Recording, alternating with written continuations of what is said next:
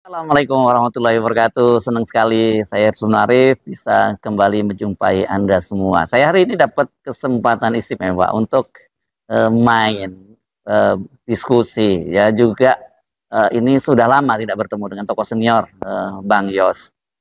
Assalamualaikum Bang Yos. Waalaikumsalam. Terima kasih loh ya sudah bersedia. Maafin, terima kasih. Alhamdulillah. Lama kita tidak basuh ya. Semangat lamanya. Oke, Bang Yos hari ini resmi banget. Rapi ya. Rapi kok biasanya kan bayangan saya itu ketika Ya, udah aku pensiun senangnya kaosan pakai gitu. kaos, pakai celana jeans, pakai jaket lah paling-paling gitu. Ini sekarang kenapa pakai batik? Ada acara Halal Bihalal Lemhanas Kera 26. Oh Ya, masih. itu tahun 93 lah. Iya ya. Oh Bang Yos Saya angkatan 93. ketua paguyuban ini gitu. Siapa aja tuh anggotanya tuh? Ya, darat, laut, udara, sipil ada semua. Pak Bambang Kesowo ada situ. Oke. Pak Widodo mantan Menko Polkam. Menko Polkam. Oh ada di situ. Itu juga ada mantan KSAL-nya ada. Gitu. Oh oke Ramit. Jadi Bang Yos masih terus berkomunikasi ya dengan para Iya, purnawirawan. pastilah gitu ya. Langsung begini maupun tidak langsung. Nah, makanya itu kemarin kan rame sekali ada pernyataan dari ratusan jenderal ya. Ratusan loh itu ya. Karena jenderal itu dari angkatan darat, laut dan udara kan gitu ya. Itu kita sebutnya jenderal lah. Itu susah aneh sama ya. Perwira tinggi lah ya gitu ya. Dan juga katanya sih ada nama anak Bang Yos kalau saya lihat gitu. Walaupun saya bingung juga dari mana ceritanya itu Bang Yos bisa hadir. Ada tuh foto. Fotonya Bang Yos sama Pak Fahru Rozi. Lagi siapa saya lupa. Pokoknya bertiga ya ada foto di situ. Belakangnya banyak sekali gitu kan. Iya. Bang Yos itu murni editan. Oh itu editan kan. Udah ada murni lah itu. Ya nggak apa-apa. Yang paling penting saya juga walaupun nggak terlibat langsung, saya juga memberikan apresiasi ya. Karena menurut saya Bung Hersu itu sebuah kepedulian, sebuah rasa keprihatinan, mempunyai tanggung jawab moral, kan gitu dah. Bung Hersu ya, kalau saya yang putus di tengah jalan mengabdi ke TNI ya, lewat TNI ya, 30 tahun, karena saya terus ke pemerintahan sipil kan saya harus pensiun kan. Dan lama di sipil ya. 10. Ya. Apalagi kalau yang terus, kan, artinya kan pasti lebih dari 30 sampai 40 tahun. Ya. Itu panjang, ya mempertaruhkan jiwa dan raganya lah kalau TNI itu. Itu kan. Dan pada saat dia istirahat, pensiun, itu tidak berarti selesai pengabdian. Kan kita kan punya sumpah yang Anda tahu lah. Tidak ada akhir dari pengabdian kita itu kecuali kita digotong dari tiang lahat, itulah akhir dari pengabdian kita. Iya, itu tembakan salvo terakhir. Ya, itulah. Gitu itulah baru berakhir kan. Iya. Kan patut kita apresiasi kayak begitu ya. Oke. Keprihatinan, ya itu rasa tanggung jawab. Itu bukan cawe-cawe ya, bukan ya? Ya enggak lah, itu sekali lagi tanggung jawab moral. Setelah mati sekian lama kan kepengen lihat hasilnya seperti apa. Menjadi cita-cita kita semua termasuk para purnawirawan itu satu saat ya Indonesia itu negara yang sejajar dengan negara-negara besar. Dihuni oleh masyarakat yang sejahtera, lahir dan batinnya. Ya lalu aman, damai, tentram. Kayak bahasa Jawanya itu apa? Aman, tentram, Tora Harjo. Loh Jinawi apa namanya? Gemaripah atau tentrem Ketora Harjo kan itu bahasa Jawanya kan. Itu cemanya gitu. Itu menjadi cita-cita semua, utamanya para purnawirawan tentunya kan. Karena dia sudah menghabiskan lama. Nah pada saat beliau melihat sesuatu yang manajemen pemerintahan yang dianggap ya nggak pas, ya mungkin juga salah, mungkin juga perlu diluruskan, diperbaiki, lalu mereka menyatakan apresiasi kan. Jadi disitulah makna dari pernyataan itu di mata saya kan, bahwa mereka masih peduli terhadap negeri ini. Jangan kita negative thinking lah, kita positive thinking aja. Dan secara umum rata-rata pasti para senior TNI itu seperti itu cara berpikirnya ya. Jadi ya dilihat yang tanda tangan ya, mantan Kasat, Kasal, Kaso, mantan Wakil Panglima TNI. Yang mengetahui adalah Wakil Presiden Republik Indonesia. Iya. Tadi yang ngoreksi ya, tidak semua perwira tinggi, ada 90 kolonel. Ada kolonel ya. Enggak, maksud saya tapi ratusan. Tapi itu kolonel senior lah. Iya, ratusan jenderal kan. Dan itu darat laut udara. Iya, oke. Nah, oke mari kita bahas karena ada 8 poin ya, Bang Yos. Poin-poinnya itu. Tapi yang paling yang rame, krusial aja lah. Ya, yang paling rame kemarin justru ada poin ke-8 soal dicopotnya Wapres Gibran. Padahal ada poin-poin lain yang juga menurut saya cukup menarik loh kita. Misalnya Oke, kalau soal kembali UUD 45 dan sebagainya itu agenda yang dari dulu lah ya, itu yang selalu terus diperjuangkan oleh para senior. Juga kita mungkin mengatur resources yang benar gitu kan, benar kan. Mungkin banyak juga yang nggak sepakat, tapi kita hormati cara pandangnya para senior-senior itu. Tapi saya yang menarik itu adalah mereka itu kelihatannya membuat secara umum dulu ya, saya buat nih Bang Yos, membuat dikotomi. Ini kan paketnya sebenarnya pemerintahan Prabowo Gibran, tapi mereka kelihatannya lebih fokus lihat ini pemerintahnya Prabowo. Satu itu ya. Tapi poin-poinnya mari kita lihat. Misalnya kenapa saya menyimpulkan seperti itu soal Ascacita. Mereka dukung semua itu program-program Ascacitanya Pak Prabowo, kecuali IKN. Itu menarik juga itu. Ya. Jadi gini ya, Bung Ersu ya, pemimpin dimanapun ya, kan berpikir yang idealis, gitu lah. Pengen punya ibu kota yang keren, yang menakjubkan gitu ya, yang lebih baik atau sejajar dengan New York atau Canberra segala macam, itu sebuah pemikiran yang idealis gitu ya. Tetapi pemimpin itu kan harus bersikap, ya tindakannya harus realistis. Nah saat ini ya 5 tahun yang lalu maupun sampai sekarang ini kan, mari kita tengok kondisi ekonomi kita ya, masyarakat yang langsung lah, pengangguran banyak, PHK banyak, orang yang anak yang nggak bisanya meneruskan sekolahnya, drop out dari SD udah drop out dan sebagainya, itu banyak sekali ya. Ya gitu kan. Itu kan namanya perlu diprioritaskan. Tiba-tiba kita memindahkan ibu kota, di mana meskipun janjinya itu tidak dari APBN, tapi nyatanya kan justru mayoritasnya atau intinya dari APBN yang dikeluarkan kan gitu. Nah sekali lagi apakah realistis? Tetapi itu pemikiran membuat ibu kota baru itu bagus di mata saya. Andai kata kecuali ya, Jakarta ini tidak berfungsi lagi. Nah mari kita coba kaji ya Bung Heru ya. Nah ini mantan gubernur ini. Nah ya makanya kita tarik dulu dari zaman Ali Sadikin ya. Tokoh Pranowo dan terusnya sampai terus Sutioso 32 tahun kemudian. Sutioso, Pajibowo, sampai Pramono. Setahu saya ya Bung Heru ya, tidak pernah hajatan nasional itu batal karena gangguan alam di Jakarta ya. Ya banjirkah, gempakah, belum pernah terjadi. Ya hajatan nasional semuanya jalan.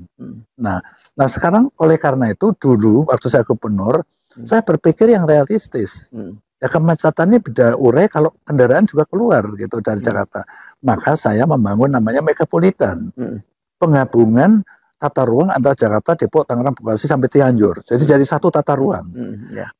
Administrasinya tetap Jawa Barat, yang Tangerang juga ikut, Banten itu tetap, sehingga mereka tidak komplain sama kita ya. Tata ruang kita itu. Nah, istana ini saya pindahkan ke Jonggol.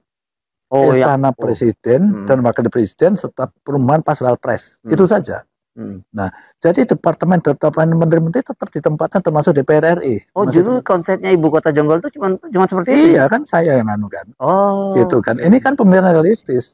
Kayak Malaysia ke Putrajaya kira-kira. Putrajaya itu hanya beberapa km. Saya justru keluar itu setelah ketemu Mahathir.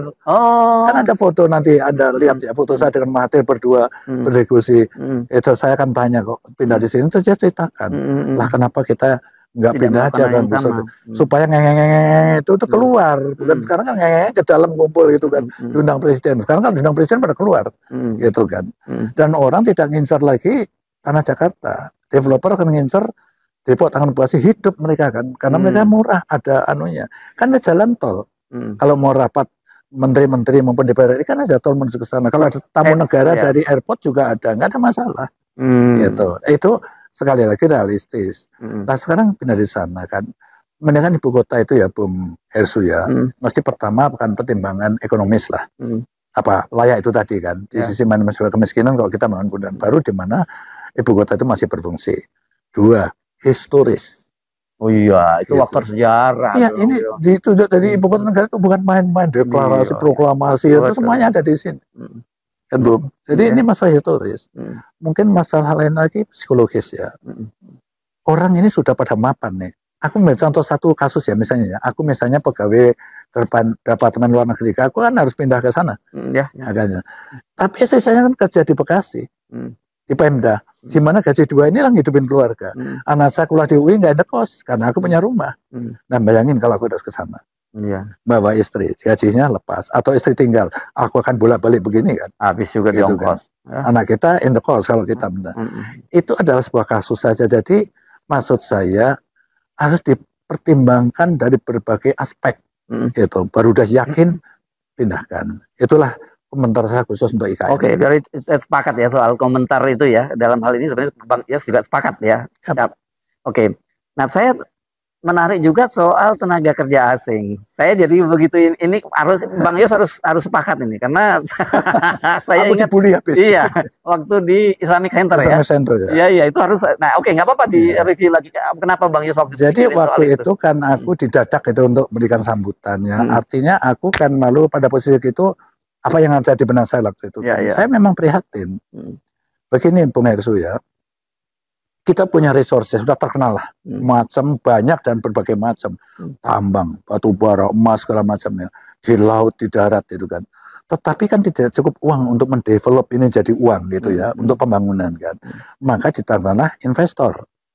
Kita nggak peduli dari negara mana, investor datang bawa duit kan, gitu kan. Ini kecuali datangkan nanti duit, ini yang tadinya nggak diolah, tidak diolah jadi duit untuk pembangunan, membuka peluang kerja.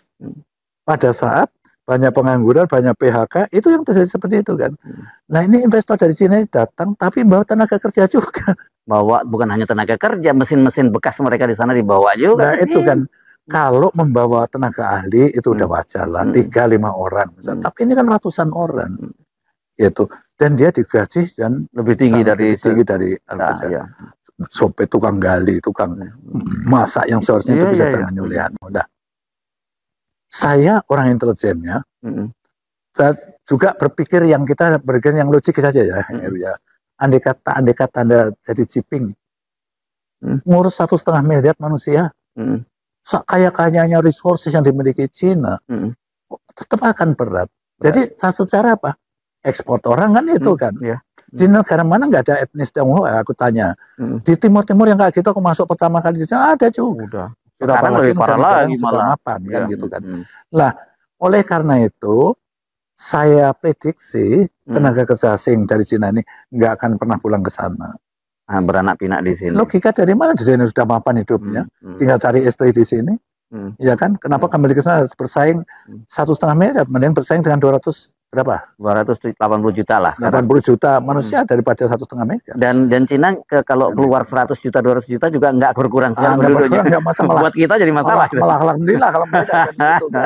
Kan harus ya sandang, pangan, papan, kan perumahan, hospital, sekolahan kan itu rentetannya ngurus orang kan gitu kan. Jadi amat wajar kalau para perempuan itu udah sama. Tapi gara-gara itu aku dibully habis dituduh saya rasis. Yang saya kupas itu bukan WNI yang dari keturunan. Ini ada TKA yang saya kupas. Jadi nggak nyambung sebenarnya dengan saya rasialis itu. Rasialis ya. Oke, itu dua. Apa yang ketiga apa yang kita mesti bahas lagi soal apa? Misalnya reshuffle kan ada juga. Reshuffle nanti kita omongin dulu apa ya selain reshuffle. Apa? Polisi ya. Saya tanya nih sama Bang Yos nih. Sekarang soal polisi. Kalau Bang Yos gimana? Sepakat nggak itu soal bagaimana polisi kan itu supaya dikembalikan ke fungsi Kaptipmas kan itu ya? Ya memang Bang Yos ya. Polisi kan Kaptipmas itu kan. Polisi itu kalau dihitung dari rasio perbandingan. Ya. Jadi ada rasio itu sekian 10 orang, 100 orang, satu polisi gitu kan. Itu belum cukup. Belum cukup. Yang ada kan. Tapi sementara itu yang belum cukup tenaga itu dikasih beban terlampau banyak. Overload jadinya. Overload gitu. Salah satu yang ekstrim saja ya, saya cerita ya. Adalah tugas menangani kelompok bersenjata di Papua. Gitu. Nah, saya cerita. Nah, itu aneh itu. Coba yuk. Menarik ini. Saya ceritakan Bu Heru ya. Ini gerombolan bersenjata ini terpencar di mana-mana. Ya, saya mantan Kabin, jadi saya tahu kan. Hampir nyebar di seluruh Papua lah, gitu kan. Bersenjata di mana senjata ini otomatis campurannya ada AK, ada M16, ada S1. Itu kan hasil dia ngerebut atau membunuh tentara atau polisi yang di pos-pos terpencil itu kan dia sikatkan. Nah, dan ingat ya, kampanye kelompok ini di dalam negeri maupun di negeri yang dipimpin Benny Wenda LSM di London itu kampanye terus kemana negara-negara untuk dukungan Papua Merdeka. Ya, jadi dia UPM dari pemerintah, lihat benderanya. Dia upacara pada saat ulang tahun UPM besar-besaran, ya kan? Malah ada kemarin, Bang Yos, itu perwakilan dari organisasi negara Papua Barat dikawal polisi dan tentaranya mereka, bukan tentara RI, datang membawa ini ke Polres, ke DPRD. Ya. Waduh, saya bilang ini dari negara sendiri ini gitu. Ya. Artinya kan ini sudah genting lah gitu. Iya. Ya. Apalagi aku sebagai militer tentara yang malu banget gitu kan.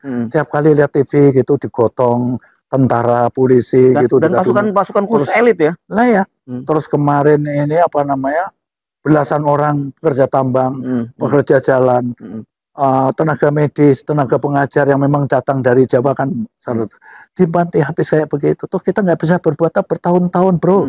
Kan gitu. Malunya kayak apa kita.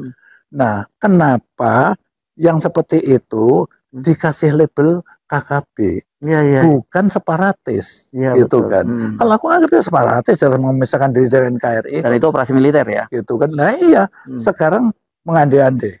Hal yang sama terjadi di negara bagian Texas. Kira-kira Trump mau ngapain? Ya dihajar sama tentara udah pasti.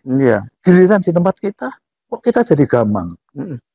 Kita takut nanti ada pelanggaran hak asasi manusia, selalu dihantui itu kita. Sementara dicatalin nggak gitu, orang-orang kita sama mereka, gitu kan. Dan dia taktiknya itulah hit and run. Hantam pos tentara, pos polisi yang jauh, dapat senjata, kabur. Pada saat kabur bukan ngumpul, dia masuk ke medan yang sulit, dia mencar, gitu.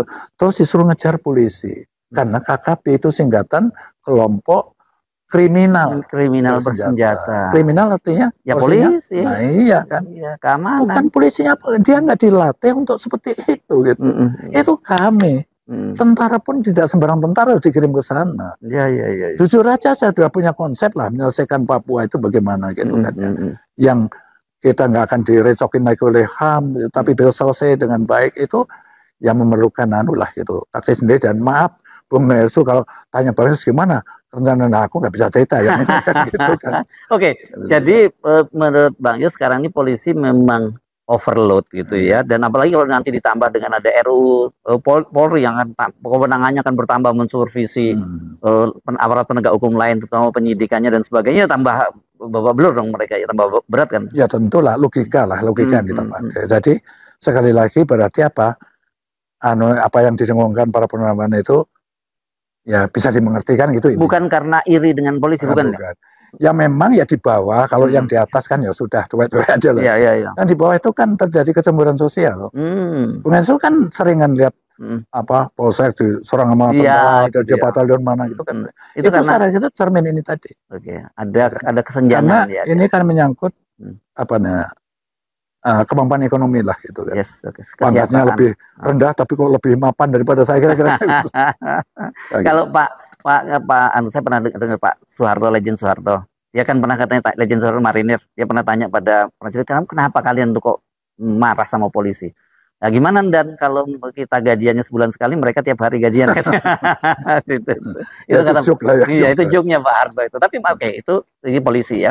Yang reshuffle kabinet itu, Bang Yos. Kalau Bang Yos menilai apakah memang sudah waktunya ini reshuffle kabinet sekarang ini?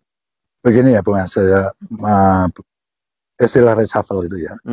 Itu kan dari rezim ke rezim, dari presiden ke presiden, mulai Bung Karno ya, Pak Harto, Habibie nggak sempat ya, Gus Dur, terus karena sebentar-sebentarnya sekilas saja, tapi zaman Mega, terus zaman SBY, terakhir Presiden Jokowi, itu melakukan reshuffle bolak-balik kan. Reshuffle itu adalah pada satu titik melakukan evaluasi. Organisasi apapun itu, organisasi militer, organisasi polisi, swasta, atau ini organisasi sipil, apalagi di pemerintah namanya kementerian ini kan perlu dievaluasi gitu ya, karena presiden itu banyak masalah yang ditangani, masalah negeri ini sangat complicated. Itu pekerjaan itu dibagi ke departemen ini ke ini ke lembaga sana kan gitu kan, dibagi habis. Jadi seorang pemimpin itu adalah memberikan petunjuk, ini selesaikan begini, kita awasi, kita berikan petunjuk sambil jalan gitu. Kalau terjadi apa-apa kita take over. Tetapi di sisi lain ada rumus pemimpin itu adalah reward and punishment. Ya. yang kerjanya bagus, memenuhi target sasaran, ya reward. Reward itu kan tidak harus dinaikkan pangkatnya, dikasih uang atau dinaikkan gajinya atau jabatan dinaikkan, tidak.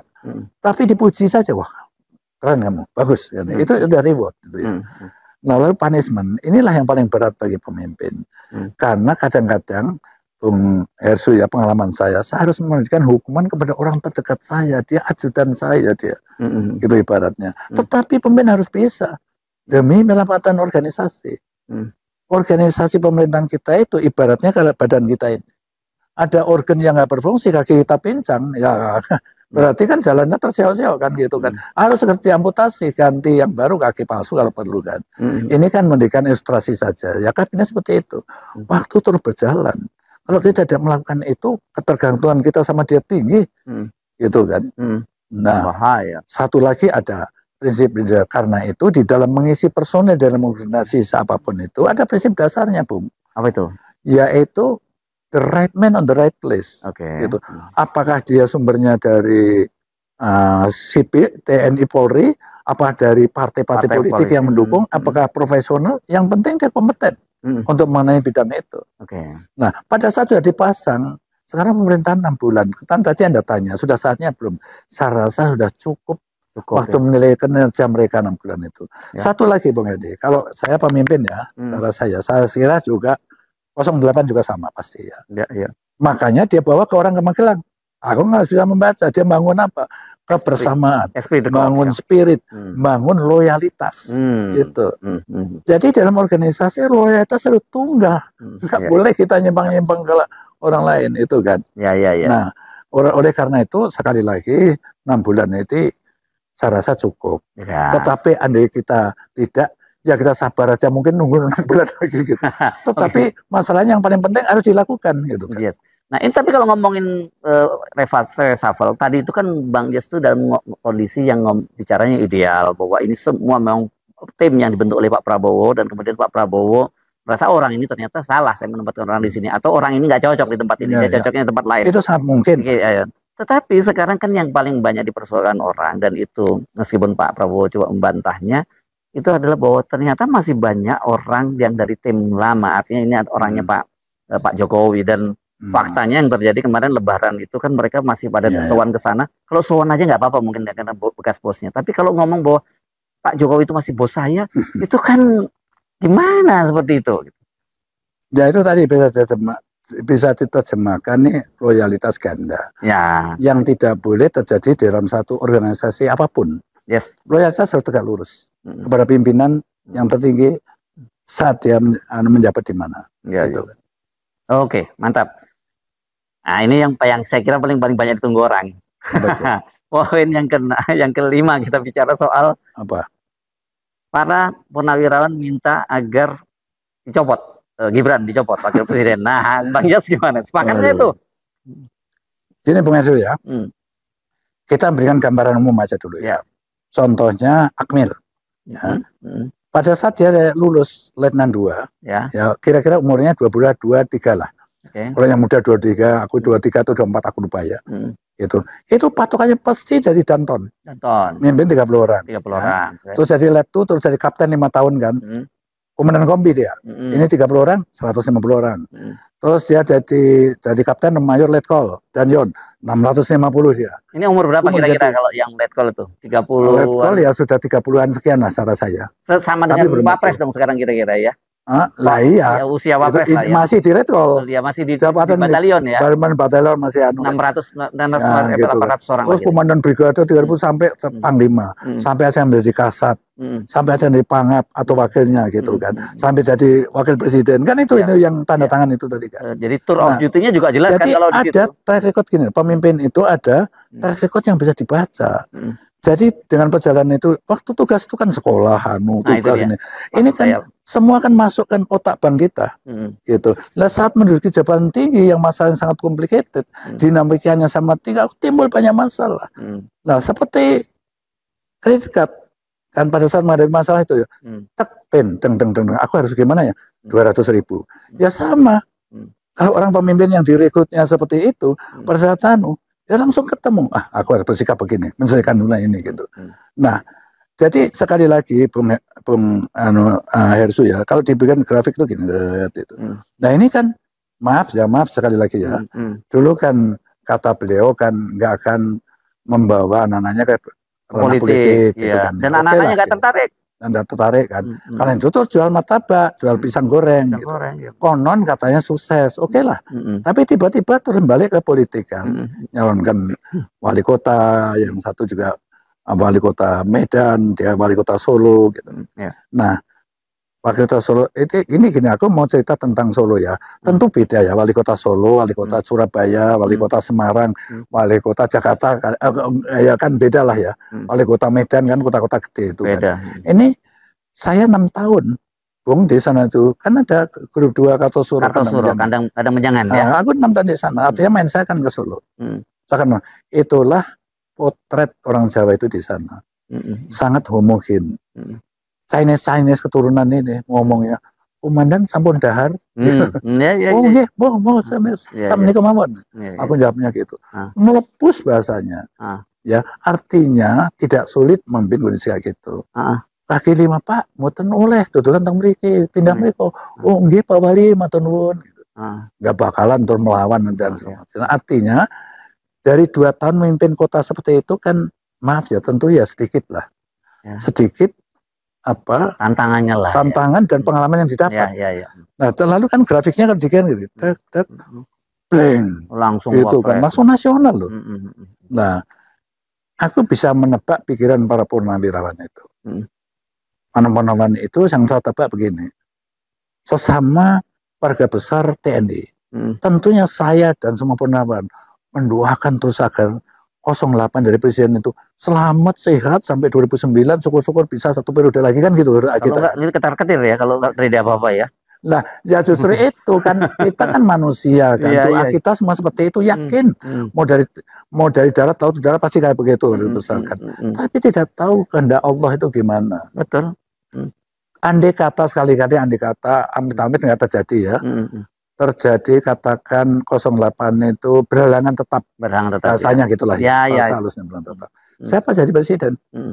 Ya wakil presidennya. Nah iya kan otomatis karena itu konstitusi kita. Dengan modal kayak begitu, apa cukup menangani masalah negara yang sangat komplikated? Nasib bangsa ini yang dipertaruhkan. Ya dipertaruhkan kan. Pada saat ibaratnya seseorang dikasih kemudi, komando, nggak bergerak-gerak ini barang, terus apa? Karena kan harus jalan. Apa yang terjadi? Diambil alih orang kan.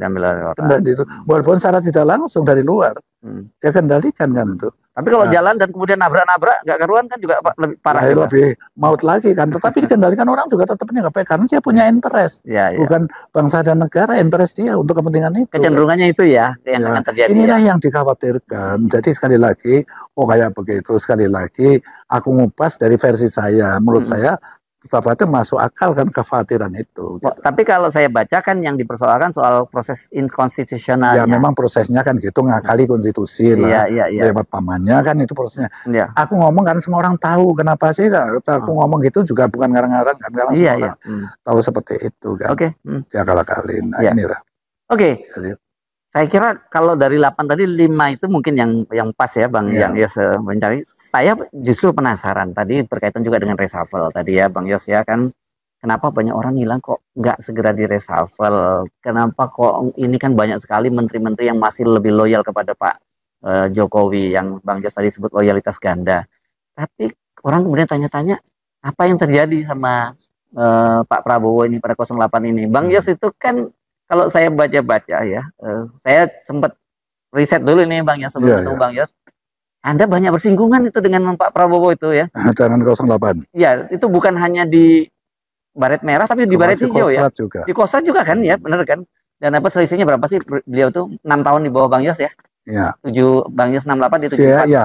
Karena 69 nggak ada. 9 jadi deket lagi ya. Jadi kan berarti kan setelah saya kan 70, 71, 72, 73, 74, 5. Dan beliau harusnya 73 lah malah. Jadi deket ya sebenarnya ya dari sisi ini ya.